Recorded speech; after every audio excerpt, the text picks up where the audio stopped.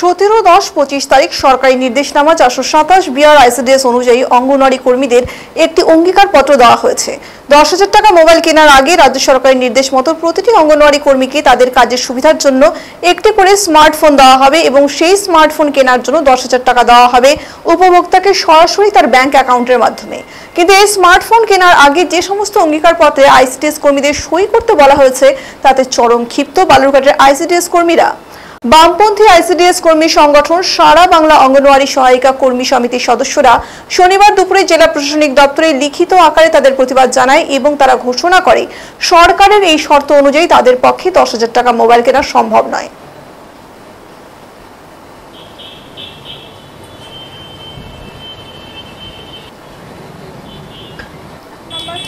একটা গাইডলাইন দেওয়া হয়েছে, স্মারক সংখ্যা হচ্ছে 472 আর আইসিডিএস, আর 17 তারিখে এই গাইডলাইনটি দেওয়া হয়েছে। আমাদের বক্তব্য হচ্ছে ঠিক আছে, সব গাইডলাইন আমরা মেনে নেব, কিন্তু আমাদের যদি ফোনটা কোনো রকমভাবে ক্ষতিগ্রস্ত হয় বা ভেঙে যায় বা চুরি হয়ে যায়, মানে যে কোনো হতেই পারে, আমাদের ফোন কি হয় না, ঠিকই হয়, কিন্তু সরকার যেভাবে নির্ধারিত করে দিয়েছে এই গাইডলাইনটি, না হলে তো আমাদের উপর আইনের ব্যবস্থা নেওয়া হবে, আইনত ব্যবস্থা নেওয়া হবে যদি আমরা সঠিকভাবে ফোনটি পরিচালনা না করি বা অবসরকালীন তাদেরকে না ফেরত দিতে পারি। আমাদের বিরুদ্ধে এখানে লেখা হয়েছে আমি উপরোক্ত উল্লেখিত সমস্ত নিয়ম মেনে চলবো গাইডলাইনের, এবং উপরোক্ত নিয়মের কোনো লঙ্ঘন হলে আমার বিরুদ্ধে আইনানুগ ব্যবস্থা নেওয়া হবে। কেন আমরা কি চোর? আমাদেরকে আইনত ব্যবস্থা নেব, আমরা কি সবাই জেনে যাব? আমরা সিদ্ধান্ত এখনো নিতে পারিনি, আমরা সম্ভব এই গাইডলাইনে আমাদেরকে মানা সম্ভব না। ওই 10,000 টাকা দরকার নেই, আমরা তো এমনি ফোন কিনেছি, ফোনটা কিনেই তো করছি, 10,000 টাকা নিয়ে এখন এত গাইডলাইন ফলো করা সম্ভব না, এটা সাধারণ মানুষের তো কারোর পক্ষেই সম্ভব না। তো দেখি, স্যারের সঙ্গে কথা হয়েছে, সরকারি যে বিষয়টা পার হয়ে যায়, স্যারের সঙ্গে গিয়ে আমরা স্যারের সঙ্গে কথা বলবো, গাইডলাইন আবার নতুন কিছু আসে নাকি সেটা দেখবো। আর আমিও মাননীয় মুখ্যমন্ত্রীকে একটু অনুরোধ করতে চাই, মাননীয় আপনি গাইডলাইনটি একটু আমাদের জন্য শিথিল করেন, তবে 10,000 টাকা নেওয়াটা সম্ভব, না হলে এত আইনি ব্যবস্থা এই জড়িত আমরা হতে চাই না। 10,000 টাকাটা আপনারা রাখতে 8 নম্বর পর্যন্ত একটা গাইডলাইন দেওয়া হয়েছে, মোবাইল কেনার জন্য 10,000 টাকা করে দেওয়া হয়েছে।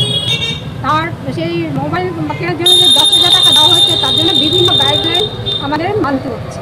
সেই গাইডলাইন্সের মধ্যে আমরা দেখতে পাচ্ছি এখানে বলা হয়েছে ব্যবহারকালীন সময়ে যদি এই স্মার্টফোন ও আনুষঙ্গিক সামগ্রী হারিয়ে যায়, চুরি হয়, ক্ষতিগ্রস্ত হয় বা আমার গাফিলতির কারণে অপব্যবহার হয়, তাহলে তার উপযুক্ত ক্ষতিপূরণ যা উদ্যোক্তা কর্তৃপক্ষ স্থির করবেন দিতে আমি বাধ্য থাকব।